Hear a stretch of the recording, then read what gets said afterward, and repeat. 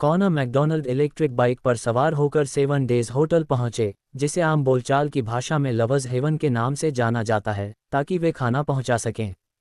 आज उनकी गर्लफ्रेंड मैंडी हाइंस का जन्मदिन था। सुबह आखिरी ऑर्डर डिलीवर करने के बाद वे उसके साथ डेट पर जाएंगे। उत्सुकता से भरे हुए कॉनर ने टेकअवे उठाया और 7 डेज होटल की ओर चल पड़े। तभी एक युवक और एक लड़की हाथ में हाथ डाले लिफ्ट से बाहर निकले। उस लड़के ने अरमानी शर्ट, रोलेक्स घड़ी और कमर पर BMW की चाबी लटका रखी थी। महिला ने मिनीस्कर्ट पहन रखी थी, जिससे उसकी सुडौल गोरी जांघें दिख रही थीं। वह मोहित थी और आकर्षक लग रही थी। दोनों एक दूसरे से लिपटे हुए थे और एक दूसरे के साथ ऐसे फ्लर्ट कर रहे थे जैसे वे कोई कपल हों। मैंडी, कॉनर को अपनी आंखों पर यकीन नहीं हुआ और वह जल्दी से उनके पास भागा। कल रात मैंडी ने उसे बताया था कि वह अपनी बेस्टी के साथ मूवी देखने जा रही है और उस रात वापस नहीं आएगी। कॉनर ने कभी नहीं सोचा था कि वह 7 डेज होटल में उससे टकराएगा। वह चौंक गई, उसके हाव भाव बदल गए। वह अवचेतन रूप से उस आदमी से मुक्त होना चाहती थी जब उसने कॉनर की आवाज़ सुनी, लेकिन वह आदमी उसे कसकर पकड़े हुए था। तुम्हें किस बात का डर है? क्या तुम अब भी उस कंगाल आदमी के साथ रहना चाहती हो? वह औसत से छोटा था। अगर उसके पास ब्रांडेड कपड़े न होते तो वह अदृश्य होता और कोई भी उस पर नज़र नहीं डालता। मैंडी की आंखें एक पल के लिए झपक गईं। वह पहले की तरह घबराई हुई नहीं थी, लेकिन इसके बजाय वह बेरहमी से उदासीन दिख रही थी। ठीक है, अब जब तुम्हें पता चल गया है तो मुझे लगता है कि तुम्हें बताने का समय आ गया है। कॉनर, मैंडी को पकड़े हुए अमीर आदमी ने कहा, तुम्हारी प्रेमिका अब मुझसे डेटिंग कर रही है। वह कॉनर का सहपाठी ब्रैंडन गुथरी था। कॉनर के विपरीत वह एक अमीर लड़का था। ब्रैंडन के शब्दों को सुनकर कॉनर पीछे हट गया क्योंकि उसका चेहरा गंभीर था। फिर ब्रैंडन की अनदेखी करते हुए उसने मैंडी को अपने पास खींच लिया। मैंडी, मेरे साथ घर चलो, मैं तुम्हें खुश कर सकता हूँ। मुझे मत छुओ। मैंडी ने कॉनर का हाथ दूर धकेल दिया। मैं तुम्हारे साथ क्यों जाऊँ? क्या तुम मेरे पसंदीदा फ़ोन और हैंडबैग खरीद सकते हो? तुम्हें मेरे जन्मदिन तक इंतज़ार करना होगा, तभी हम कोई फिल्म देख पाएंगे। तुम्हें क्या लगता है कि तुम मुझे खुश कर सकते हो? मैंडी, मैं भले ही अब दिवालिया हो गया हूँ, लेकिन मैं और ज़्यादा मेहनत करूँगा। कॉनर ने अपने दांत पीस लिए। और ज़्यादा मेहनत करो। तुम एक अनाथ हो, जिसके पास न तो पैसा है, न ही ताकत, न ही कोई पृष्ठभूमि। तुम सिर्फ डिलीवरी करने वाले लड़के बनकर ब्रैंडन के बराबर दौलत नहीं हासिल कर सकते, मैंडी ने व्यंग्यात्मक लहजे में कहा। उठो, कॉनर, मैंडी तुम्हारे साथ नहीं जाएगी। क्या तुम चाहते हो कि वह तुम्हारे साथ खाना डिलीवर करे? ब्रैंडन ने उसे चिढ़ाते हुए कहा। मैं तुम्हें बहुत समय से बताना चाहती थी कि तुम मेरे लायक नहीं हो। हम खत्म हो चुके हैं, कॉनर, मैंडी ने ठंडी आवाज़ में कहा। फिर वह एक प्यारी सी मुस्कान के साथ ब्रैंडन की ओर देखने के लिए मुड़ी और अपने हाथ उसके हाथ में डाल दिए। चलो, ब्रैंडन, तुम्हारे जैसा कंगाल आदमी प्यार के लायक नहीं है, तुम्हें पता है। ब्रैंडन ने कॉनर की ओर तिरस्कार भरी नज़र से देखा और मैंडी को होटल के बाहर खड़ी BMW की ओर ले गया। कॉनर ने देखा कि मैंडी के जाते ही उसका दिल दुख रहा था। उसे गुस्सा, दर्द, आक्रोश, फिर भी असहाय महसूस हुआ। तुम मुझे सिर्फ इसलिए अपमानित कर रहे हो क्योंकि ब्रैंडन अमीर है। कॉनर ने अपना सिर नीचे किया और अपने हाथों को मुट्ठी में कस लिया। उसके नाखून उसकी हथेलियों में धंस गए जब तक कि उसके हाथों से खून नहीं निकलने लगा। कॉनर और मैंडी की मुलाकात कॉलेज में हुई थी। वे पहली फैकल्टी फेलोशिप के दौरान एक कपल बन गए थे। उस समय वह मासूम थी, लेकिन अब उसने उसे धोखा दिया और ब्रैंडन को चुना। कॉनर ने मैंडी से उसके साथ रहने या उसके पीछे भागने की भीख नहीं मांगी क्योंकि वह दिवालिया था। वह ब्रैंडन के साथ प्रतिस्पर्धा करने वाला कौन था? अब तक वह मैंडी को समझ चुका था। चूंकि वह दिवालिया था, इसलिए मैंडी ने पिछले 2 सालों से उसे बार बार अपमानित किया था। फिर भी कॉनर ने कभी कुछ नहीं कहा। वह बस इतना कर सकता था कि वह कड़ी मेहनत करे और पैसे कमाकर उसका भरण पोषण करे। हालांकि उसने अमीर लड़के के साथ संबंध बनाकर उसे धोखा दिया। तुमने आज मुझे अपमानित किया है।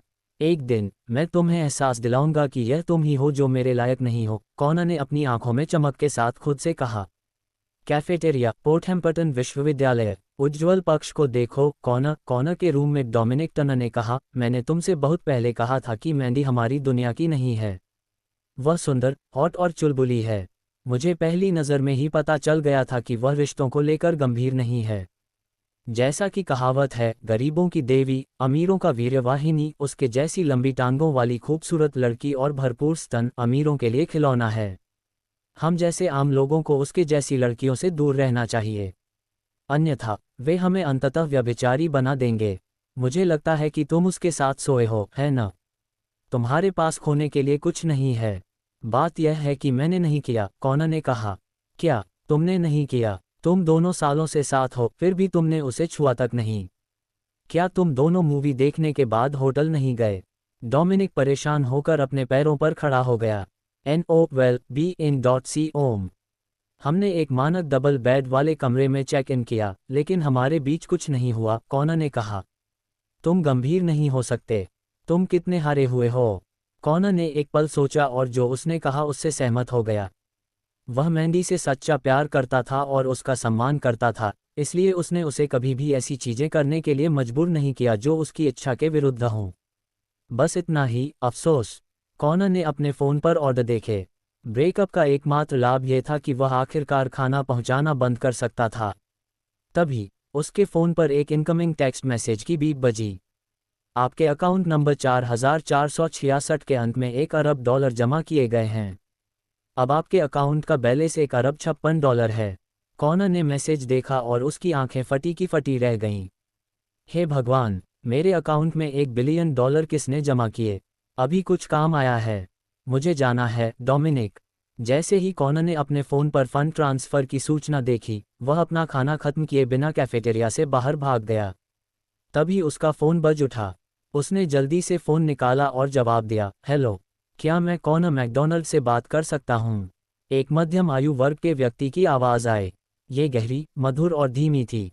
ये कॉनर बोल रहा है। और आप बोल रहे हैं। वह एक पल के लिए चौंक गया। आपको एक संपत्ति विरासत में मिल रही है। मैं सोच रहा था कि हम कब मिल सकते हैं, आवाज़ ने सम्मानपूर्वक कहा। एक संपत्ति? तो यह आप ही थे जिन्होंने मुझे पैसे ट्रांसफ़र किए। हाँ, लेकिन $1 बिलियन संपत्ति का केवल एक छोटा सा हिस्सा है। शेष अधिकांश अचल संपत्तियां और विदेशी निधियां आपको हस्तांतरित होने से पहले औपचारिक प्रक्रिया से गुजरने की ज़रूरत है। हे भगवान, $1 बिलियन तो इसका केवल एक छोटा सा हिस्सा है, कॉनर ने अपने मन में कहा। लेकिन मैं अनाथ हूँ। मुझे मेरी विरासत कहाँ से मिली? जब तुम आओगे तो हम इस बारे में बात करेंगे।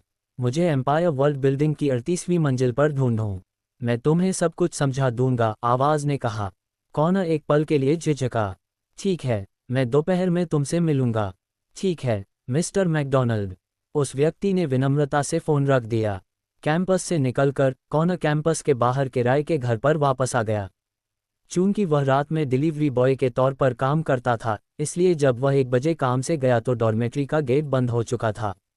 इसलिए उसके पास दूसरों के साथ किराए के घर में रहने के अलावा कोई विकल्प नहीं था। कॉनर का कमरा 10 वर्ग मीटर से भी कम था, लेकिन उसे लगा कि यह काफ़ी बड़ा है। अभी दोपहर के सिर्फ 12 बजे थे, लेकिन कॉनर ने झपकी लेने के लिए अपने किराए के घर पर वापस जाने के बारे में सोचा और वह दोपहर में एम्पायर वर्ल्ड बिल्डिंग में उस व्यक्ति से मिलने ही गया। प्रकृति ने अचानक पुकारा तो उसका पेट गुर्रा उठा। उसने जल्दी से टॉयलेट पेपर का एक रोल पकड़ा और टॉयलेट में भाग गया। जब वह अपना काम कर रहा था तो उसने अपने मोबाइल फ़ोन पर कैंडी क्रश खेला। तभी किसी ने अचानक बाथरूम का दरवाज़ा खोला। लेस वाली स्लीपिंग गाउन में एक खूबसूरत लड़की आईने के सामने अपनी आंखें मलते हुए और अपने बालों में उंगलियां फेरते हुए अंदर आई। ऐसा लग रहा था जैसे वह अभी भी आधी नींद में हो। कॉनर उसके ठीक पीछे टॉयलेट बाउल पर बैठा था। इस बात से अनजान कि कॉनर उसके पीछे था, लड़की ने अपने हाथ अपनी कमर पर रखे और अपने कपड़े उतारने लगी। उसने अपना सेक्सी लेस वाला स्लीपिंग गाउन उठाया, उसे थोड़ा थोड़ा करके ऊपर खींचा, जिससे उसकी सेक्सी कमर और आकर्षक काली पट्टी दिखाई देने लगी। उसका शरीर बहुत हॉट था, चेहरा सुंदर था, लंबी टांगें, काले लहराते बाल और बहुत ही युवापन था। कॉनर की आंखें लगभग बाहर निकल आईं और वह आवाज़ करना भूल गया।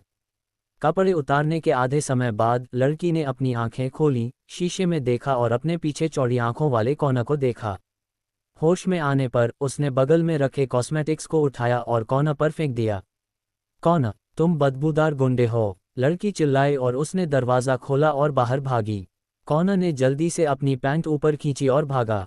क्योंकि वह बहुत जल्दी में था, वह गलती से सोफे से टकरा गया और दर्द से कराह उठा। अपनी सांस को संभालने के बाद कॉनर ने अगले कमरे में चिल्लाया, क्या तुम पागल हो, मीना? वह खूबसूरत लड़की मीना थी, जो कॉनर के साथ एक अपार्टमेंट में रहती थी। NOWELL-BE-IN.COM। मैं तुम्हें फिर से ऐसा कहने की हिम्मत देता हूँ। मीना की गुस्से भरी आवाज़ आई और फिर उसका हॉट शरीर दरवाजे पर दिखाई दिया। उसका चेहरा काला पड़ गया और उसने कॉनर को चाकू जैसी आंखों से घूरा जैसे कि वह उसे मार डालने वाली हो। तुम बाथरूम में घुसकर मुझ पर कॉस्मेटिक्स क्यों फेंके? कॉनर ने गुस्से में अपने चेहरे से कॉस्मेटिक पाउडर को थपथपाया। क्या वह सिर्फ इसलिए उसे धमकाने का हकदार थी क्योंकि वह एक लड़की थी? मीना ने गुस्से से उसे घूरते हुए कहा। वह उसे एक उचित जवाब देना चाहती थी। तुम एक विकृत और बदबूदार गुंडे हो। तुम ही थे जो मुझे देखने के लिए शौचालय में छिपे थे। फिर भी तुम अभी भी अपने चौप तर्क के साथ मुझ पर आरोप लगाने की हिम्मत रखते हो। ये सुनकर कॉनर भड़क गया। मैंने तुम्हें देखा। अपने तथ्य सही रखो, बाथरूम इतना ही बड़ा है। मैं कहाँ छिपूंगा? मीना गुस्से में चली गई और यह सुनकर दंग रह गई। जब वह अभी गुस्से में थी तो वह अपना दिमाग खो बैठी थी। लेकिन पीछे मुड़कर देखने पर कॉनर के पास वास्तव में छिपने के लिए कोई जगह नहीं थी, क्योंकि बाथरूम कितना छोटा था। मीना शर्मा गई और बोली, तो तुम बाथरूम में क्यों छिपे थे? मैं बाथरूम में छिपी थी। चलो, तुम ही थे जो उसमें घुसे, ठीक है। क्या तुम्हें लगता है कि हर कोई तुम्हारे जैसा है, बिना काम या कक्षा में जाए हर दिन घर में छिपता है? मैं तुमसे बहस नहीं करने जा रही हूँ। मुझे कुछ हो रहा है, कॉनर ने मीना से व्यंग्यात्मक लहजे में कहा। कॉनर गुस्से में था। मीना ही थी जो अचानक उस समय अंदर आ गई जब वह शौचालय में काम कर रहा था। कॉनर एक अनाथ था जो कॉलेज में पढ़ने के लिए पोर्थैम्पटन गया था। वह अपने खाली समय में खाना पहुंचाने का काम करते हुए बाहर एक कमरा किराए पर लेता था ताकि खुद और अपनी गर्लफ्रेंड का खर्च चला सके। जब कॉनर वहां रहने आया तो मीना पहले से ही वहां रह रही थी। आधे साल तक एक ही छत के नीचे रहने के बावजूद उनके बीच बहुत कम बातचीत होती थी। कॉनर आमतौर पर कक्षाओं में भाग लेने के अलावा टेकआउट भी करता था, जबकि मीना खुद को घर में बंद कर लेती थी। कोई नहीं जानता था कि वह क्या कर रही थी। जब कॉनर काम नहीं कर रहा होता था तो वह सोचता था कि क्या उसकी सेक्सी हाउसमेट किसी की रखेल है, क्योंकि जब भी वह उसे देखता था तो वह थकी हुई दिखती थी। आज जैसी गलतफहमी पहली बार हुई थी। इतने लंबे समय तक यहाँ रहने के कारण कॉनर ये भी जानता था कि मीना हमेशा देर से सोती है। इसलिए जब वह शौचालय गया तो उसने दरवाज़ा बंद नहीं किया। उसे उम्मीद नहीं थी कि मीना आज इतनी जल्दी उठ जाएगी और बिना किसी चेतावनी के अंदर आ जाएगी। कॉनर द्वारा ताना मारे जाने पर मीना काफ़ी देर तक पलकें झपकती रही, फिर उसे होश आया। तुमने दरवाज़ा क्यों नहीं बंद किया? क्या तुम्हें लगता है कि शौचालय तुम्हारी निजी संपत्ति है? NOWELL-BE-IN.COM। मीना को इसकी परवाह नहीं थी। कॉनर ने उसे लगभग नग्न देख लिया था और वह कॉनर को ऐसे ही जाने नहीं देगी। क्या तुम अंधे हो? शौचालय की लाइटें जल रही थीं। क्या तुमने वह नहीं देखा? वह मीना के लिए सज्जन व्यक्ति नहीं था, क्योंकि उसके साथ तर्क नहीं किया जा सकता था। अगर मीना लड़की नहीं होती तो वह उसे मौके पर ही पीट देता। मीना ने गुस्से से कॉनर की ओर इशारा किया। क्या तुम आदमी भी हो? जब तुमने दरवाज़ा बंद नहीं किया तो तुम मुझे कैसे दोषी ठहरा सकते हो? अगर तुम आज मुझसे माफ़ी नहीं मांगोगे तो मैं तुमसे कभी नहीं थकूंगी। ओह हाँ, क्या तुम सच में खुद को किसी तरह की हस्ती समझते हो? मैं तुम्हारी सपाट छाती पर एक नज़र भी नहीं डालूंगा, चाहे तुम मुझसे भीख क्यों न मांगो, कॉनर ने तिरस्कार से मीना के स्तनों पर अपनी नज़र घुमाते हुए कहा। मीना का चेहरा लाल हो गया। ईमानदारी से कहूँ तो मीना के स्तन बहुत बड़े नहीं थे, लेकिन वह स्तनहीन भी नहीं थी। मैं तुमसे बहस नहीं करने जा रहा हूँ। मुझे कुछ काम करने हैं। कॉनर ने समय देखा। दोपहर के 1:30 बजे बज चुके थे। उसके पास मीना के लिए बिल्कुल भी समय नहीं था। तुरंत उसने टेबल पर रखी चाबी पकड़ी और फिर जल्दी से दरवाजे से बाहर निकल गया। यहाँ वापस आओ, कॉनर, तुम पागल हो। मीना ने सोफे पर रखा कुशन पकड़ा और कॉनर पर फेंक दिया। लेकिन कॉनर पलक झपकते ही दरवाजे से गायब हो गया था। कुशन के टकराने से पहले ही सुरक्षा दरवाज़ा जोर से बंद हो गया था। हे भगवान, वह लड़की बहुत गंदी है, कॉनर ने आह भरी और गुस्से से नीचे चला गया। अपने किराए के घर से निकलने के बाद वह अपनी इलेक्ट्रिक बाइक पर सवार होकर एम्पायर वर्ल्ड बिल्डिंग की ओर चल पड़ा। कॉनर दोपहर 2 बजे एम्पायर वर्ल्ड बिल्डिंग के नीचे पहुंचा। एम्पायर वर्ल्ड बिल्डिंग 68 मंजिल ऊंची थी। ये पोर्थैम्पटन में एक उच्च श्रेणी का वाणिज्यिक कार्यालय भवन था, इसलिए प्रत्येक मंजिल पर किराया बहुत अधिक था। एम्पायर वर्ल्ड बिल्डिंग की खुली हवा वाली पार्किंग सभी प्रकार की शानदार कारों से भरी हुई थी। एम्पायर वर्ल्ड बिल्डिंग में प्रवेश करने और बाहर निकलने वाले सभी कर्मचारी सूट और चमड़े के जूते पहने हुए थे। वे सभी सफल लोग लग रहे थे। दूसरी ओर कॉनर ने गंदे भोजन वितरण वर्दी पहन रखी थी और एक भिखारी की तरह दरवाजे पर खड़ा था। माफ करना, सर, भोजन वितरण के उद्देश्य से कृपया बगल में आग से बचने के लिए रास्ते पर जाएं। सुंदर रिसेप्शनिस्ट ने भौहें सिकोड़ते हुए उस पर चिल्लाया जब वह इमारत में चला गया। उसके चेहरे पर तिरस्कार की गंध थी। मैं यहाँ खाना पहुँचाने नहीं आया हूँ, कॉनर ने सपाट लहजे में जवाब दिया। तुम यहाँ नहीं आए हो? फिर तुम यहाँ किस लिए आए हो? रिसेप्शनिस्ट अभी भी बहुत खुश नहीं लग रहा था। मैं किसी को ढूंढ रहा हूँ। किसी को ढूंढ रहा हूँ? तुम सिर्फ खाना पहुँचाने वाले हो।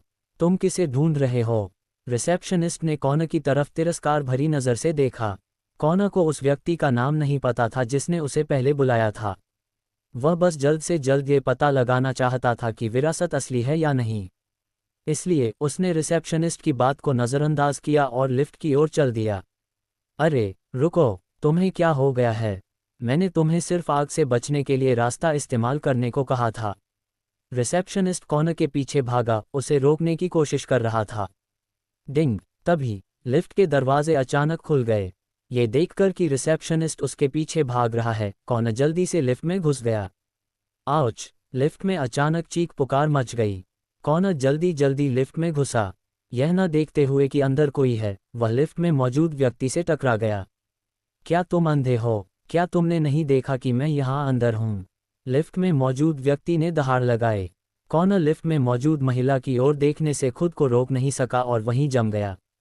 महिला सुंदर थी, उसकी उम्र 20 के आसपास थी और उसने काले रंग का प्रोफेशनल सूट पहना हुआ था जो उसके लगभग परफेक्ट हॉट शरीर को और भी निखार रहा था। उसकी लंबी सुडौल टांगें काले मोज़ों में लिपटी हुई थीं। कुल मिलाकर वह देखने में बहुत सुंदर लग रही थी।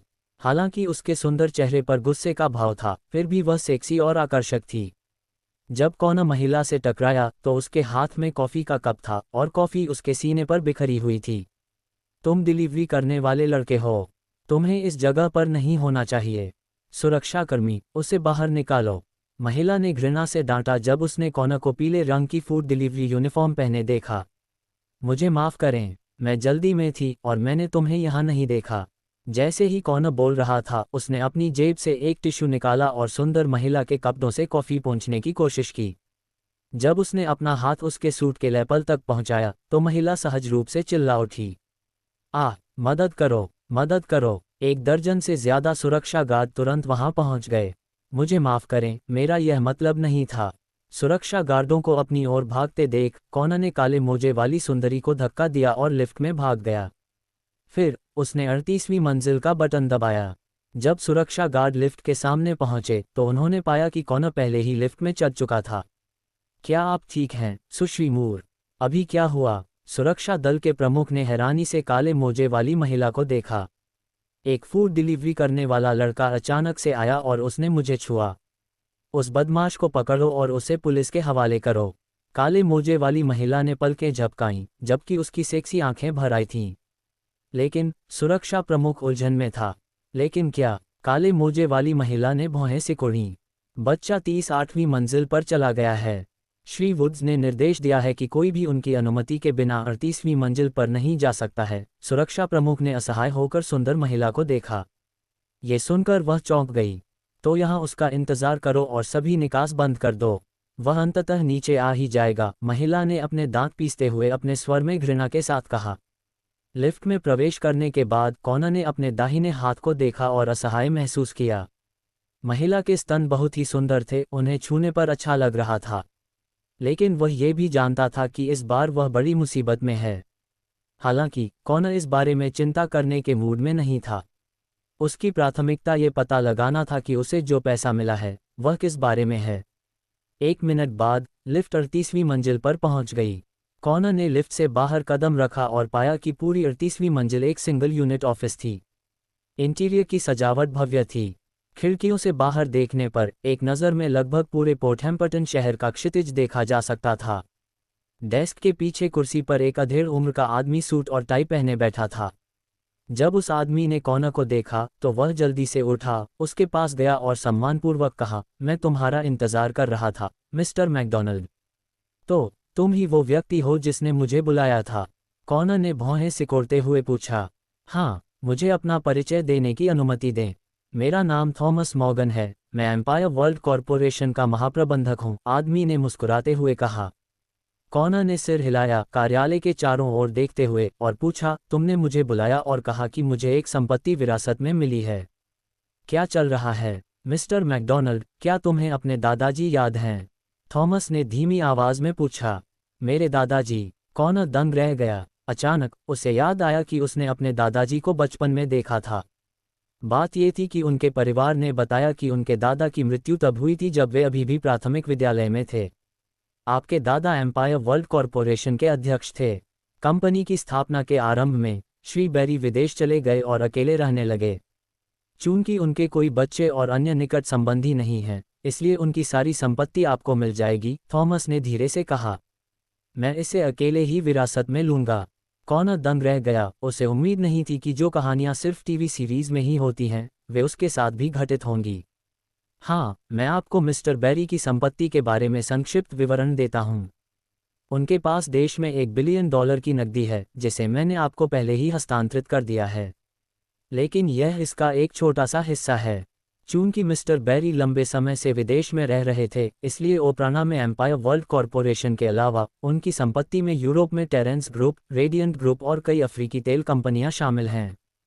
थॉमस ने दराज से एक दस्तावेज निकाला और कॉनर को वह संपत्ति बताई जो उसे विरासत में मिलनी थी। शुरुआत में कॉनर अभी भी थॉमस के स्पष्टीकरण को ध्यान से सुन रहा था, लेकिन अंत में कॉनर को लगा कि यह बहुत ही असत्य है और वह थॉमस को बीच में ही रोक सकता था। एक पल रुकिए, मिस्टर मॉर्गन। क्या आपको यकीन है कि ये सब सिर्फ मेरे हैं? बिल्कुल, थॉमस ने कॉनर की ओर ईमानदारी से देखते हुए सिर हिलाया। इन संपत्तियों की कीमत कितनी है? कॉनर ने पूछना जारी रखा। ठीक है। थॉमस एक पल के लिए चौंक गया और फिर उसने धीरे से कहा, रूढ़िवादी अनुमान से पता चलता है कि ये 10 ट्रिलियन अमेरिकी डॉलर है। 10 ट्रिलियन? और यह अमेरिकी डॉलर में है? थॉमस ने जो कहा उसे सुनकर कॉनर की आंखें चौड़ी हो गईं और उसकी आवाज़ कांप उठी। बिल्कुल, थॉमस ने कॉनर की ओर देखा और सिर हिलाया। यह असंभव है। कॉनर ने अपना सिर हिलाया। तुम झूठ बोल रहे हो। मेरे दादाजी के एक चचेरे भाई हैं, लेकिन मुझे कभी नहीं पता था कि वह इतने अमीर हैं। 10 ट्रिलियन डॉलर ने उन्हें दुनिया के सबसे अमीर लोगों की सूची में डाल दिया होगा। मुझे लगता है कि आप दुनिया के अरबपतियों की फोर्ब्स सूची के बारे में बात कर रहे हैं, है ना? थॉमस ने कॉनर की ओर देखा और मुस्कुराया। ये सही है, ये सूची है। अगर वह वास्तव में इतना अमीर होता तो वह बहुत पहले ही सूची में होता, है ना? मैं आपको ये बता दूं, आप सूची में जो लोग देख रहे हैं, वे वास्तव में इतने अमीर नहीं हैं। वे सिर्फ अपनी प्रसिद्धि बढ़ाने और बेहतर सामाजिक संसाधन पाने के लिए इस सूची में हैं। श्री बेरी उस अवस्था से बहुत पहले ही गुजर चुके थे और लंबे समय से विदेश में रह रहे थे। वे बस अपनी पहचान उजागर नहीं करना चाहते थे। कॉनर ने थॉमस को देखा और महसूस किया कि वह झूठ नहीं बोल रहा था। भले ही थॉमस झूठा था, लेकिन उसके पास उसके जैसे पैसेहीन व्यक्ति को धोखा देने का कोई कारण नहीं था। ठीक है, तो क्या संपत्ति विरासत में पाने के लिए मेरे पास कोई शर्त है? कॉनर ने अपनी उत्तेजना को शांत किया और पूछा। थॉमस ने दराज खोली, उसमें से एक दस्तावेज निकाला और उसे कॉनर को सौंप दिया। ये वह वसीयत है जो श्री बेरी ने अस्पताल में भर्ती होने के दौरान बनाई थी। आपको बस इस पर हस्ताक्षर करने की ज़रूरत है और विरासत आपकी हो जाएगी। लेकिन एक बात है जिसके बारे में आपको पता होना चाहिए। वह क्या है? कॉनर ने थॉमस से वसीयत लेते समय हैरानी से पूछा। श्री बेरी के निधन से पहले उन्होंने विशेष रूप से निर्देश दिया था कि उनकी संपत्ति को विरासत में लेने से पहले आपको फ्रेया फिलिप्स से शादी करनी होगी, अन्यथा संपत्ति पूरी तरह से धर्मार्थ नींव को दान कर दी जाएगी, थॉमस ने धीरे से कहा। फ्रेया फिलिप्स से शादी करें? फ्रेया फिलिप्स कौन है? कॉनर हैरान रह गया। उसे उम्मीद नहीं थी कि संपत्ति को विरासत में लेने से पहले उसे ऐसी विशेष शर्त पूरी करनी होगी। इसलिए विरासत के साथ एक पत्नी भी जुड़ी हुई थी। वसीयत के अनुसार मैं उसके बारे में कोई जानकारी नहीं दे सकता, थॉमस ने कहा। क्या फ्रेया अधिक वजन वाली और बदसूरत है? कॉनर ने भौहें सिकोड़ते हुए पूछा। आपको उसकी चिंता करने की ज़रूरत नहीं है। भले ही वह सुंदर न हो, लेकिन अगर आपके पास इस आधुनिक युग में पैसा है तो आप उसे सुंदर बना सकते हैं, थॉमस ने मुस्कुराते हुए कहा। आपने जो कहा वह सही है। कॉनर ने अपनी नाक रगड़ी और सिर हिलाया। ठीक है, मैं सहमत हूँ।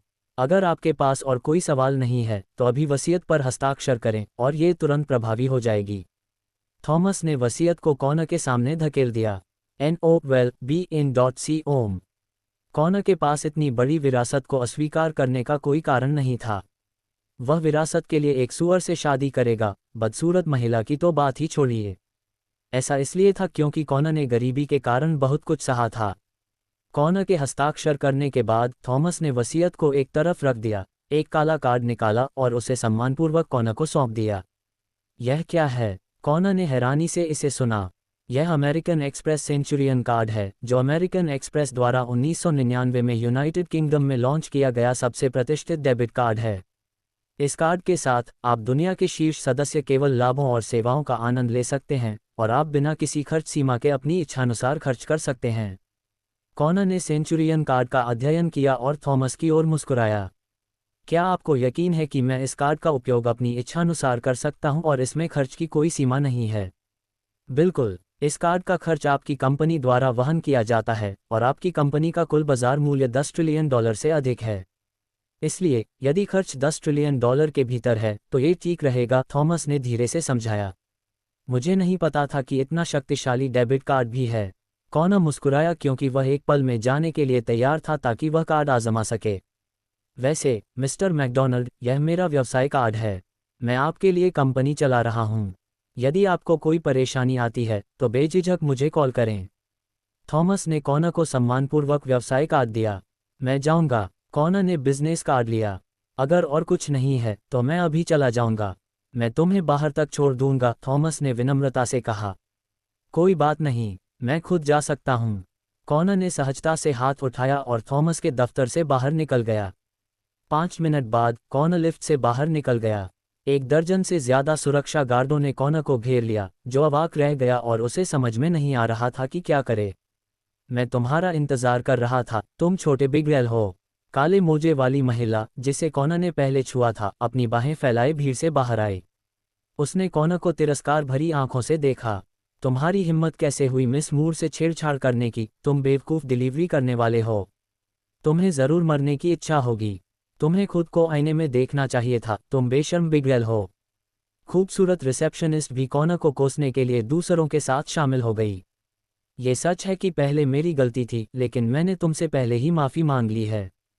तुम्हें और क्या चाहिए? कॉनर ने अपने सामने खड़ी काले मोजे वाली महिला से भौहें सिकोड़ते हुए कहा।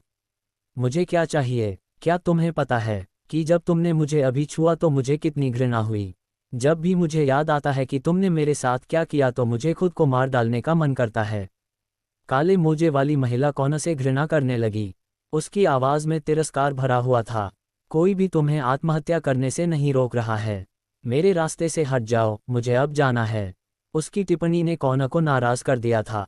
ये स्पष्ट रूप से एक व्यक्तिगत हमला था, इसलिए कॉनर भी हताश लग रहा था। तुम जाना चाहते हो? काले मोजे वाली महिला ने व्यंग्य किया और कॉनर की ओर इशारा किया। जब तक तुम मुझसे माफ़ी नहीं मांगोगे, तुम नहीं जाओगे। तुम कैसे चाहते हो कि मैं तुमसे माफ़ी मांगूं? कॉनर ने काली मोजे वाली महिला को तीखी आंखों से देखा। उसकी आवाज़ ठंडी थी। मेरे सामने घुटने टेको और प्रणाम करो और मैं तुम्हें माफ़ कर दूंगा। अगर तुम मना करोगे तो मैं तुम्हें पुलिस के हवाले कर दूंगी, उसने उसे धमकाया। ठीक है, सुश्री मूर के सामने प्रणाम करो, सुरक्षा गार्डों ने दोहराया। जब कॉनर को गार्डों ने घेर लिया तो वह असहाय लग रहा था। उसे उम्मीद नहीं थी कि महिला ऐसी अनुचित मांग करेगी। उसने गलती से उसके स्तनों को छू लिया था और उसने उससे घुटनों के बल बैठकर प्रणाम करने को कहा। तुम किसका इंतजार कर रहे हो, बच्चे? घुटनों के बल बैठ जाओ, सुरक्षा प्रमुख ने आज्ञाकारी आवाज में कहा। कॉनर ने सुरक्षा प्रमुख की ओर देखा, लेकिन कुछ नहीं कहा। गरीब होने का मतलब यह नहीं था कि उसके पास कोई गरिमा नहीं थी। तुम सब यहाँ क्या कर रहे हो, स्कारलेट? तभी कॉनर के पीछे से एक गुस्से भरी आवाज आई। इसने वहां मौजूद सभी लोगों को चौंका दिया। थॉमस कॉनर को व्यक्तिगत रूप से बाहर देखना चाहता था क्योंकि कॉनर अब एम्पायर वर्ल्ड कॉरपोरेशन का अध्यक्ष था। इसके अलावा उसके अधीनस्थ के रूप में थॉमस उससे अनुग्रह प्राप्त करना चाहता था। थॉमस को उम्मीद नहीं थी कि कॉनर इतनी जल्दी चला जाएगा। कॉनर ने थॉमस को उसे खुश करने का मौका नहीं दिया और वह अकेले ही लिफ्ट में चला गया। इसलिए थॉमस को नीचे जाने के लिए अगली लिफ्ट का इंतज़ार करना पड़ा। जब वह आखिरकार नीचे आया और लिफ्ट से बाहर निकला तो उसने देखा कि कॉनर के चारों ओर भीड़ उमड़ पड़ी है, जो उसे लिफ्ट के प्रवेश द्वार पर रोक रही है। जो कुछ हुआ उसे देखकर उसके घुटने कांप उठे। एम्मी, मॉर्गन, स्कारलेट ने थॉमस को देखा और डर के मारे चिल्लाए, तुम यहाँ क्या कर रही हो स्कारलेट? थॉमस आगे बढ़ा और गंभीर चेहरे के साथ उससे सवाल किया। मॉर्गन, इस पैसेहीन डिलीवरी वाले ने मिस मूर के साथ छेड़छाड़ की। मिस मूर और बाकी लोग अब उसे सबक सिखा रहे हैं। रिसेप्शनिस्ट ने ये समझने से पहले ही अपना मुंह खोल दिया कि वास्तव में क्या हुआ था। बिना पैसे वाला डिलीवरी वाला। थॉमस एक पल के लिए अवाक रह गया और फिर उसने गुस्से से रिसेप्शनिस्ट की ओर अपनी उंगली उठाई। तुम्हें नौकरी से निकाल दिया गया है, यहाँ से चले जाओ। रिसेप्शनिस्ट हैरान थी, उसने अपनी बड़ी गोल आंखें झपकाईं और थॉमस को हैरानी से देखा। मॉर्गन, क्या तुमने सुना नहीं कि मैं क्या कह रहा हूँ?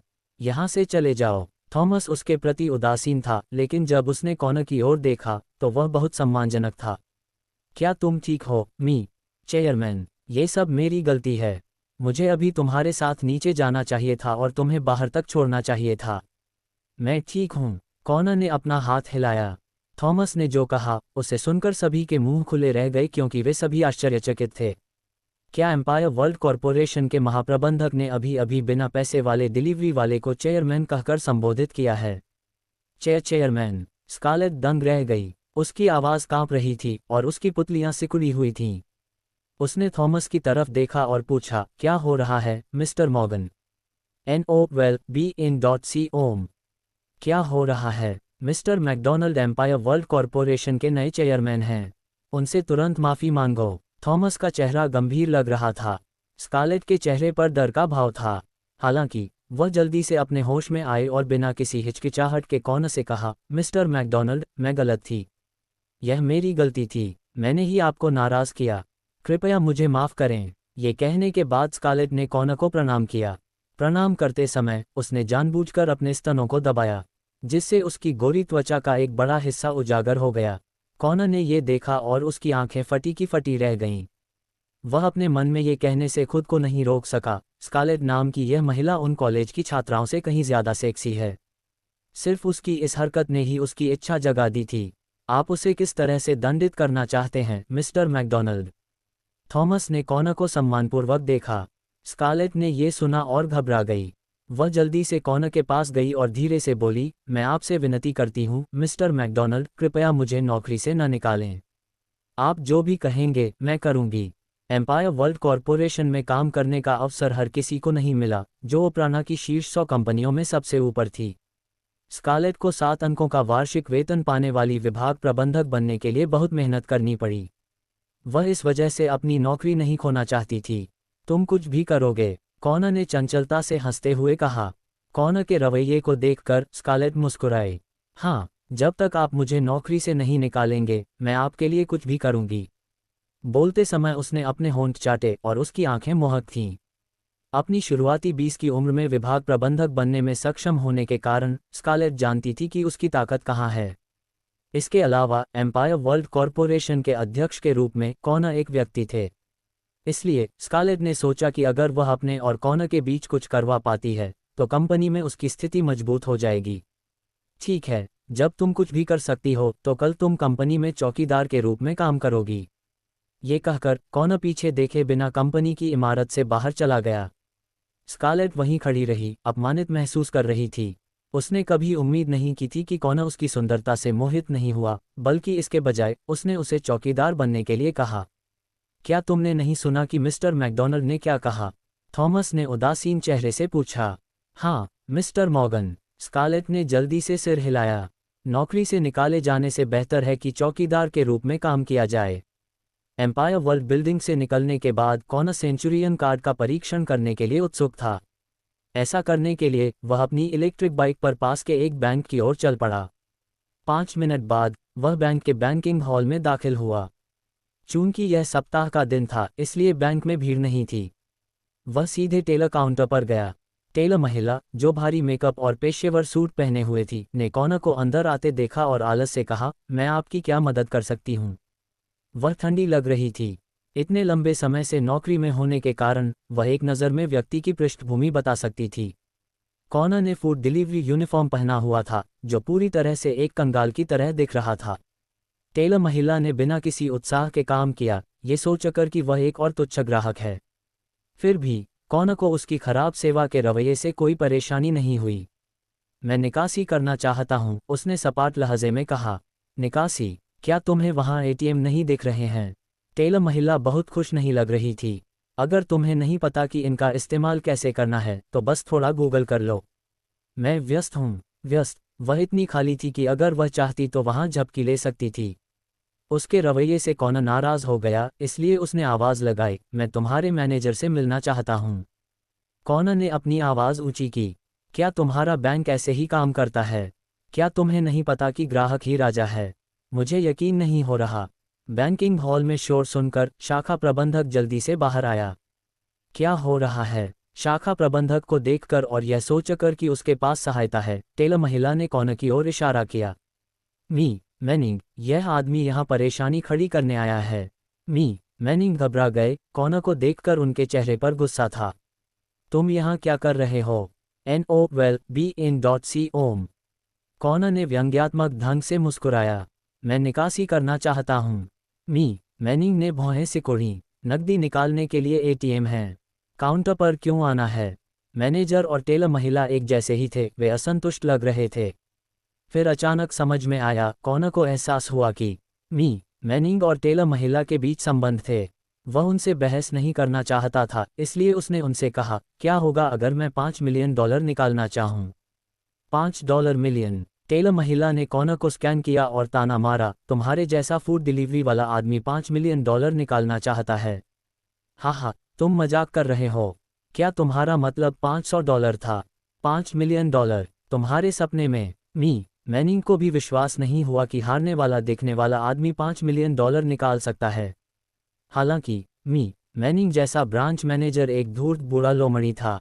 उसने भौहें सिकोड़ी और पूछा, क्या तुम सच में $5 मिलियन निकालना चाहते हो? खाना पहुंचाने वाली वर्दी पहने किशोर भले ही हारे हुए लग रहे हों, लेकिन कभी कभी अमीरों की अजीबोगरीब हरकतों का अंदाजा लगाना मुश्किल होता है। इसीलिए उसने पूछा। कॉनर ने व्यंग्य किया, अगर पैसे निकालने के लिए नहीं तो मैं यहाँ क्यों आऊँगा? या क्या आप मुझसे यहाँ खेल खेलने की उम्मीद करते हैं? मुझे इतनी बड़ी रकम के लिए अपने वरिष्ठ को सूचित करना है, श्री मैनिंग ने उदासीनता से कहा। आप लाउंज में जाकर थोड़ी देर इंतजार क्यों नहीं करते? कॉनर ने सिर हिलाया, कोई समस्या नहीं है। टेलर महिला ने व्यंग्य किया। मिस्टर मैनिंग, मुझे मत बताओ कि तुम सच में सोचते हो कि उसके पास निकालने के लिए $5 मिलियन हैं, है ना? चुप रहो और यह सब बंद करो। मिस्टर मैनिंग बहुत खुश नहीं थे। मैं अपने अनुभव से बता सकता था कि कॉनर मजाक नहीं कर रहा था। कॉनर वास्तव में $5 मिलियन निकालने जा रहा था। आम लोग एक बार में $5 मिलियन निकालने के लिए नहीं आएंगे। वह कॉनर जैसे सुपर रिच लड़के के साथ घुलने मिलने के लिए उत्सुक था। जब मिस्टर मैनिंग ने उसे डांटा तो टेलर महिला तुरंत चुप हो गई, लेकिन उसके चेहरे पर अभी भी तिरस्कार भरा भाव था। उसे विश्वास नहीं हुआ कि कॉनर के पास निकालने के लिए इतने पैसे हैं। एक फूड डिलीवरी करने वाला लड़का एक अमीर लड़के का नाटक कर रहा है। अरे, लेकिन आधे घंटे बाद जब उसने कॉनर को वीआईपी लाउंज से नकदी की बोरी लेकर बाहर निकलते देखा और मिस्टर मैनिंग उसके पीछे पीछे चल रहे थे, तो वह दंग रह गई। उसकी आंखें खुली की खुली रह गईं। क्या इस हारे हुए व्यक्ति ने वाकई $5 मिलियन निकाले? क्या उसके पास वाकई $5 मिलियन हैं? मैनिंग? टेलर महिला ने हार नहीं मानी और शाखा प्रबंधक से पूछा, क्या आप चाहते हैं कि वह आपको दिखाए? मैनिंग ने बहुत खुश न दिखते हुए नाक भान सिकोड़ी। सौभाग्य से वह अधिक चौकस था और उसने कॉनर को मूर्ख की तरह नाराज नहीं किया। अन्यथा वह शाखा प्रबंधक के रूप में अपनी नौकरी खो सकता था। महिला ये देखने के लिए पैकेज खोलना चाहती थी कि अंदर $5 मिलियन हैं या नहीं। हालांकि जैसे ही वह अपना मुंह खोलने वाली थी, उसका गला रुक गया।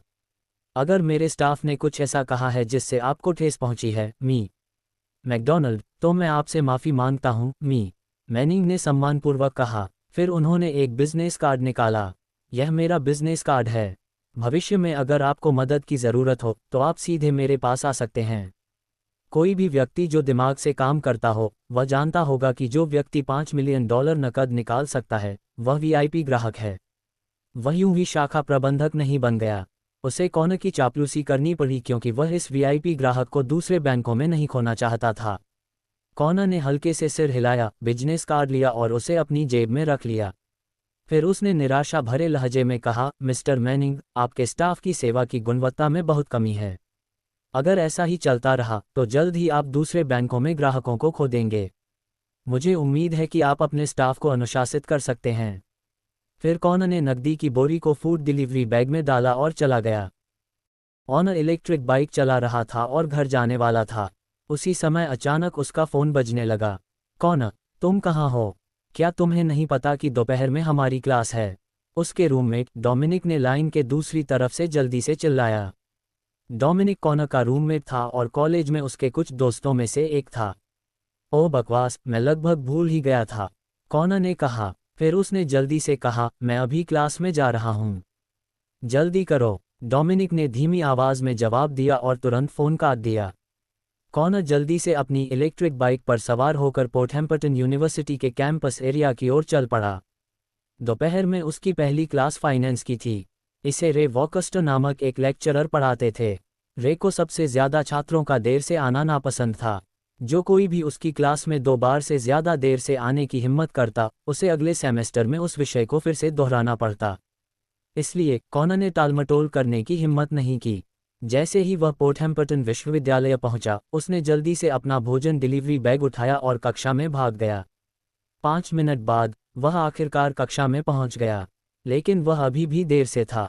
जब कॉनर कक्षा के प्रवेश द्वार पर पहुंचा तो उसने महसूस किया कि पूरी कक्षा उसे घूर रही है। पूरे 1 मिनट तक रे ने कॉनर की बात पर ध्यान नहीं दिया और कक्षा में अपना व्याख्यान जारी रखा। माफ़ करना, कॉनर ने दरवाजे के पास खड़े होकर आवाज़ लगाई। रे ने आखिरकार पॉइंटर नीचे रखा और कॉनर की ओर देखने के लिए मुड़ा। उसने ठंडे स्वर में कहा, कॉनर मैकडॉनल्ड, क्या तुम टेकआउट डिलीवर करते समय समय का ध्यान नहीं रख पाए? क्या तुम्हें पता है कि अभी समय क्या हो रहा है? क्या तुम यहाँ सीखने आए हो या खाना पहुँचाने आए हो? रे ने जब ये सवाल पूछे तो जाहिर है कि उसे कॉनर से कोई जवाब मिलने की उम्मीद नहीं थी। वह सिर्फ कॉनर को नीचा दिखाना चाहता था। रे की बातें सुनकर क्लास के सभी छात्र हंस पड़े। कॉनर, जो इस समय अपनी पीली वर्दी में था, एक फूड डिलीवरी बैग पकड़े हुए था, वह वाकई एक फूड डिलीवरी करने वाले व्यक्ति की तरह लग रहा था। यहाँ आओ, अपने हाथ में जो फूड डिलीवरी बैग है उसे खोलो और सबको दिखाओ कि तुमने आज कौन कौन से स्वादिष्ट टेकआउट डिलीवर किए हैं। रे ने उसका मजाक उड़ाना जारी रखा। NO Big John.com। हा। एक बार फिर कक्षा में जोरदार ठहाके गूंज उठे। जो 2 लोग सबसे जोर से हंसे वे थे मैंडी और ब्रैंडन। वे इस समय कक्षा की आखिरी पंक्ति में बैठे थे और एक दूसरे से फ्लर्ट कर रहे थे। उन्हें देखकर कॉनर को बहुत बुरा लगा। ऐसा इसलिए था क्योंकि जब कॉनर मैंडी के साथ था तो वह पहले कभी उसके साथ नहीं बैठी थी। उसके सभी सहपाठियों को स्पष्ट रूप से पता था कि मैंडी ने उसे छोड़ दिया है। मुझे नहीं लगता कि यह ज़रूरी है, कॉनर ने उदासीनता से कहा। हालांकि रे वॉकस्टर पोर्टहैम्पटन विश्वविद्यालय में व्याख्याता थे, लेकिन वे ऐसे शिक्षक नहीं थे जो छात्रों की परवाह करते हों। इसके विपरीत वे गरीब छात्रों को नीची नज़र से देखते थे, इसलिए वे अक्सर अपने पिछले पाठों में कॉनर को परेशान करते थे। हालांकि रे ने हमेशा अमीर छात्रों को खुश करने की कोशिश की थी। परिवारों ऐसा लग रहा था जैसे वह कोई पालतू कुत्ता हो। अपना खाना डिलीवरी बैग अपने साथ ले जाओ और जल्दी से अपनी सीट पर बैठ जाओ। मैं तुम्हें चेतावनी दे रहा हूँ, अगली बार जब तुम देर से आओगे तो तुम मेरी कक्षा में नहीं रहोगे। वे जितने गरीब हैं उतने ही निराश हैं, रे ने ठंडे स्वर में कहा। कॉनर की प्रतिक्रिया देखकर उसकी रुचि खत्म हो गई। कॉनर केवल आज्ञाकारी रूप से आज्ञाकारी हो सकता था। वह अपने हाथ में खाना डिलीवरी बैग लेकर कक्षा में चला गया। उसके कई सहपाठी उसके हाथ में रखे खाना डिलीवरी बैग को देख रहे थे। वे एक दूसरे से फुसफुसा भी रहे थे और हल्की सी हंसी भी निकाल रहे थे। वे सभी शायद उसके खाना डिलीवर करने के बारे में बात कर रहे थे। कॉनर अपनी सीट पर बैठा रहा, लेकिन उसने पाठ पर ध्यान नहीं दिया। जब उसने आखिरी पंक्ति को देखा जहां ब्रैंडन और मैंडी बैठे थे तो उसे बहुत बुरा लगा। कॉनर, क्या तुम ठीक हो? कॉनर के रूममेट स्पेंसर ने उसके बगल में फुसफुसाते हुए कहा। मैं ठीक हूँ, कॉनर ने उदासीनता से उत्तर दिया। तुम देर से क्यों आए? वैसे मैंने सुना है कि तुम और मैंडी। स्पेंसर, ऐसी कोई बात मत उठाओ, डोमिनिक ने झुंझलाहट के साथ स्पेंसर के कंधे पर मुक्का मारते हुए कहा। डोमिनिक और स्पेंसर अक्सर कॉनर की मदद करते थे जब वे अभी भी स्कूल में थे, और कॉनर कभी नहीं भूला कि वे उसके लिए कितने अच्छे थे। मैं ठीक हूँ, सच में। कॉनर ने उन दोनों की तरफ मुस्कुराने की कोशिश की और फूड डिलीवरी बैग उसके पैरों के नीचे रख दिया। डोमिनिक और स्पेंसर को लगा कि कॉनर का मूड खराब है, इसलिए उन्होंने उसे परेशान करना जारी नहीं रखा। एक क्लास पीरियड बहुत जल्दी खत्म हो गया। रे के जाने के बाद एक प्यारी सी लड़की खड़ी हुई। क्लास, कल वैलेंटाइन डे है, चलो साथ में डिनर करते हैं, उसने मुस्कुराते हुए चिल्लाया। वह लड़की, जो सिर्फ 20 की उम्र में थी, बहुत सुंदर थी और उसका फिगर सुडौल था। उसके पैर गोरे और लंबे थे। उसने नीली शॉर्ट ड्रेस और स्पोर्ट्स शूज पहन रखे थे, जिससे वह युवा और ऊर्जावान लग रही थी। वह यूनिस टैना थी, वित्त की कोर्स प्रतिनिधि। यूनिस दयालु और मासूम थी। उसने कभी भी कॉनर को गरीब होने के कारण नीचा नहीं देखा था। इसके विपरीत, उसने कॉनर की कई बार मदद की थी। हाँ, हम आखिरकार साथ में डिनर पार्टी कर सकते हैं, छात्र प्रतिनिधि ने बोल दिया है, इसलिए हम सभी को जाना चाहिए। क्लास में हर कोई तुरंत बेचैन हो गया। उसी पल, डोमिनिक कॉनर के पास दौड़ा। उसने अपना हाथ कॉनर के कंधे पर रखा और कहा, कौन, आज हमारे साथ आओ। हमें एक साथ क्लास में डिनर पार्टी किए हुए काफ़ी समय हो गया है।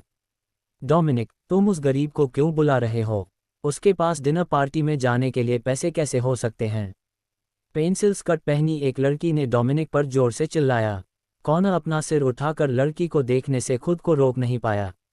वह में यंग थी, मैंडी की सबसे अच्छी दोस्त और रूममेट। मैं कॉनर को नीची निगाह से देखती थी और अक्सर उसे परेशान करती थी। मैंडी द्वारा कॉनर को छोड़ने और ब्रैंडन के साथ रहने का फैसला करने के पीछे एक बड़ा कारण में की शह थी। बिल्कुल, कॉनर जैसा कंगाल व्यक्ति डिनर पार्टी में कैसे जा सकता है? मैंडी की दूसरी रूममेट लिली सुलिवन ने व्यंग्यात्मक लहजे में कहा।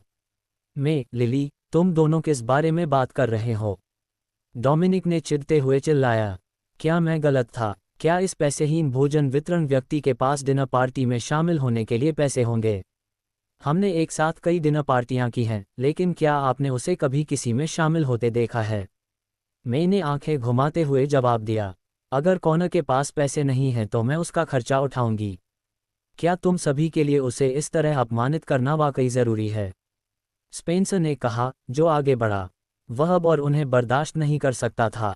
हो, स्पेंसर, जब तुम इतने अमीर हो तो तुम मेरा खर्चा भी क्यों नहीं उठाते? स्पेंसर की बात सुनने के बाद ब्रैंडन ने पोकर फेस के साथ चिल्लाया। स्पेंसर ने ब्रैंडन की ओर देखा। उसकी आंखों में अनिश्चितता की एक झलक दिखाई दी। हालांकि स्पेंसर का परिवार काफ़ी अच्छा कर रहा था, लेकिन ब्रैंडन की तुलना में उसके परिवार की संपत्ति कुछ भी नहीं थी। इसलिए वह बस चुप रह सकता था। मैं कॉनर के लिए पैसे चुकाऊंगा। हम सभी सहपाठी हैं। क्या ये सब ज़रूरी था? यूनिस ने भौहें सिकोड़ते हुए चिल्लाया। वह भी उन्हें बर्दाश्त नहीं कर सकती थी। अचानक कॉनर ने बेपरवाही से कहा, यूनिस, तुम्हें मेरे लिए पैसे नहीं देने होंगे। मेरे पास पैसे हैं। जब कॉनर के सहपाठियों ने उसे यह कहते सुना तो वे दंग रह गए। उन सभी के चेहरे पर बहुत ही अजीब भाव थे। उनमें से किसी ने भी नहीं सोचा था कि कॉनर अचानक डिनर पार्टी में आने के लिए राजी हो जाएगा। पूरे 3 साल तक सभी के साथ सहपाठी। आमतौर पर कॉनर उनके साथ शामिल नहीं होता था, चाहे वह किसी भी तरह का मिलन समारोह क्यों न हो। आखिरकार कॉनर अभी जूनियर वर्ष में था, इसलिए वह पूरे 3 साल तक सभी के साथ सहपाठी रहा था। आमतौर पर कॉनर उनके साथ शामिल नहीं होता था, चाहे वह किसी भी तरह का मिलन समारोह क्यों न हो। इसके पीछे सिर्फ एक कारण था, उसके पास पैसे नहीं थे। जब ब्रैंडन ने कॉनर को ये कहते सुना कि उसके पास पैसे हैं, तो ब्रैंडन तुरंत हंस पड़ा। हाँ, ठीक है, भोजन पहुंचाने वाले के पास डिनर पार्टी में शामिल होने के लिए पैसे हैं। कॉनर, इस बारे में क्या ख्याल है? तुम पूरी कक्षा को भोजन क्यों नहीं कराते? ब्रैंडन, मजाक मत करो। अगर वह गरीब हम सबको भोजन कराएगा तो मैं तुरंत जाकर मल खा लूंगा। अचानक एक गंदे और गंदे चेहरे वाला लड़का अहंकार से चिल्लाया। कॉनर ने बेपरवाही से कहा, ठीक है, चूंकि हर कोई चाहता है कि मैं कक्षा को इतना बुरा भोजन कराऊं, तो मैं सभी को भोजन कराऊंगा। गंदे चेहरे वाले लड़के की मुस्कान कॉनर की बातें सुनकर तुरंत गायब हो गई। उनके आसपास के सभी लोग हैरान थे। किसी को भी उम्मीद नहीं थी कि कॉनर ब्रैंडन के अनुरोध पर सहमत हो जाएगा। ब्रैंडन ने कॉनर को ये कहते हुए सुना कि वह सभी को भोजन कराएगा, तो उसकी आंखों में भ्रम की एक झलक दिखाई दी। वह इसे समझ नहीं पाया। कौन जैसा कंगाल जो पैसे कमाने के लिए खाना पहुंचाता था, अचानक एक नया अध्याय क्यों बदलेगा और सबको खाना खिलाने पर इतनी बड़ी रकम खर्च करेगा। मैंडी भी इस समय कॉनर को हैरानी से देख रही थी। हालांकि उसने जल्दी ही अपना संयम वापस पा लिया। कॉनर निश्चित रूप से दिखावा कर रहा था। उसके पास सबको खाना खिलाने के लिए पैसे कैसे हो सकते हैं। जब मैंडी ने इस बारे में सोचा तो उसे खुशी हुई कि उसने कॉनर से रिश्ता तोड़ लिया है। नहीं तो उसे अभी बहुत शर्मिंदगी महसूस होगी। उसकी नज़र में कॉनर एक असफल व्यक्ति था जिसने खुद को बेहतर बनाने की कोशिश नहीं की। न केवल वह पैसेहीन था बल्कि वह दिखावा करने वाला भी था। आज कॉन के साथ क्या हो रहा है? डोमिनिक भी अभी हैरान था। मुझे कुछ पता नहीं। शायद वह इस बात को भूल नहीं पा रहा है कि उसकी गर्लफ्रेंड ने उसे किसी और के लिए छोड़ दिया, इसलिए उसने हिम्मत जुटाई और सहमति दे दी। स्पेंसर ने फुसफुसाते हुए कहा। फिर उसने कहा, पूरी क्लास को भोजन कराने में सिर्फ $2000 लगेंगे। सबसे खराब स्थिति में हम दोनों उसका बिल चुकाएंगे। ठीक है, अगर हम इसे आधा आधा बांट लें तो यह 1000 होगा। डोमिनिक ने सिर हिलाया। उस पल उसे कॉनर के प्रति थोड़ी सहानुभूति महसूस हुई। तुम्हें क्या हो गया है कॉनर? तुम न सिर्फ हमारी डिनर पार्टी में शामिल हो रहे हो बल्कि तुम हमें भोजन भी करा रहे हो। क्या ऐसा हो सकता है कि तुम सिर्फ बड़ी बड़ी बातें कर रहे हो? मैंने कॉनर को तिरस्कार से चिढ़ाया। हाँ, अगर तुम वाकई हमें भोजन करा रहे हो तो मेलविन को मल खाना पड़ेगा। लिली ने जोड़ा। मेलविन जोन्स एक घटिया चेहरा वाला आदमी था जिसने कहा था कि अगर कॉनर सबको भोजन कराता है तो वह मल खाएगा। अच्छा, क्या ये सिर्फ भोजन नहीं है? कॉनर ने उदासीनता से जवाब दिया। फिर वह मेलविन की ओर मुड़ा और बोला, तुम सबको कब दिखाओगे कि तुम मल खाते हो? अगर तुम में हमें दावत देने की हिम्मत है तो मुझ में भी मल खाने की हिम्मत है। हालांकि तुम हमें फूड कोर्ट ले जाने की योजना नहीं बना रहे हो, है न? मेलविन ने कॉनर से तिरस्कारपूर्वक बात की। कॉनर ने हमें भोजन कराने के लिए कड़ी मेहनत की। हम फूड कोर्ट कैसे जा सकते हैं? कम से कम ये ब्रैसरी ले बर्नार्डिन तो होना चाहिए। ब्रैंडन ने मजाक उड़ाया। ब्रैसरी ले बर्नार्डिन? ब्रैंडन के शब्दों को सुनकर कॉनर अपना सिर हिलाए बिना नहीं रह सका। हाँ, बिल्कुल कॉनर, अगर तुम हमें ब्रैसरी ले बर्नार्डिन में भोजन कराओगे तो मैं सबके सामने मल खाऊंगा। मेलविन ने जल्दी से जोड़ा। क्या फैसला है कॉनर? चूंकि आप सभी को भोजन करवाना चाहते हैं इसलिए ब्रैसरी ले बर्नार्डिन में कोई समस्या नहीं होनी चाहिए, है न? ब्रैंडन ने एक घिनौनी मुस्कान के साथ पूछा। कोई समस्या नहीं, ब्रैसरी ले बर्नार्डिन में ही होगी। कॉनर ने बेपरवाही से जवाब दिया। एक बार फिर उसके सहपाठी उसके शब्दों से दंग रह गए। वे सभी जानते थे कि ब्रैसरी ले बर्नार्डिन वह जगह थी जहां राजकीय भोज आयोजित किए जाते थे। वहां के सभी रसोइये राष्ट्र के नेताओं के लिए खाना बनाते थे। पूरी कक्षा को भोजन करवाने में कम से कम 40 से $50,000 खर्च होंगे। कॉनर इसे कैसे वहन कर सकता था? क्या कॉनर पागल हो गया है? वह इसके लिए क्यों राजी हुआ? डोमिनिक ने धीरे से कहा। अगर वे सामान्य फूड कोर्ट में जाते तो वह और स्पेंसर दोनों ही भोजन का खर्च उठा सकते थे अगर वे दोनों आधा आधा भुगतान करते। हालांकि अगर यह ब्रैसरी ले बर्नार्डिन होता तो वे दोनों खुद को पैसे के लिए बेचकर भी इसे वहन नहीं कर पाते। ब्रैसरी ले बर्नार्डिन जाना कोई समस्या नहीं है। हालांकि मेरी एक शर्त है। उसी समय कॉनर अचानक बोल पड़ा। क्या शर्त है? ब्रैंडन ने कॉनर की ओर देखते हुए पूछा। ब्रैसरी ले बर्नार्डिन में आज की डिनर पार्टी के लिए आप और मैं चेक को 50-50 से विभाजित करेंगे। ये कैसा लगता है? हो 50-50। ब्रैंडन ने तिरस्कारपूर्वक कहा। कोई समस्या नहीं है। आज की डिनर पार्टी का खर्च हम 50-50 में बांट लेंगे। ब्रैंडन, तुम चैंपियन हो। वाह, मैं वास्तव में ब्रैसरी ले बर्नार्डिन में भोजन करने जा रहा हूँ। NOWELL-BE-IN.COM। ब्रैंडन की बात सुनकर उनके सहपाठी खुशी से झूम उठे। ब्रैसरी ले बर्नार्डिन में इतने लोगों के साथ भोजन करने पर कम से कम 40 से $50,000 खर्च होंगे। भले ही यह चेक का आधा ही था, फिर भी यह 20,000 से ज़्यादा था। भले ही इससे ब्रैंडन को थोड़ी तकलीफ हुई, लेकिन इसका मतलब यह नहीं था कि वह इतनी रकम नहीं दे सकता था। इसके विपरीत उसे लगा कि कॉनर इतनी रकम नहीं दे सकता। कॉनर, तुम बस इंतज़ार करो। मैं देखूंगा कि जब हम बाद में चेक का भुगतान करेंगे तो तुम क्या करोगे। ब्रैंडन ने कॉनर की पीठ की ओर देखा और मुस्कुराया। कुछ देर बाद वे पोर्थैम्पटन के सबसे मशहूर रेस्तरां ब्रैसरी ले बर्नार्डिन में पहुंचे।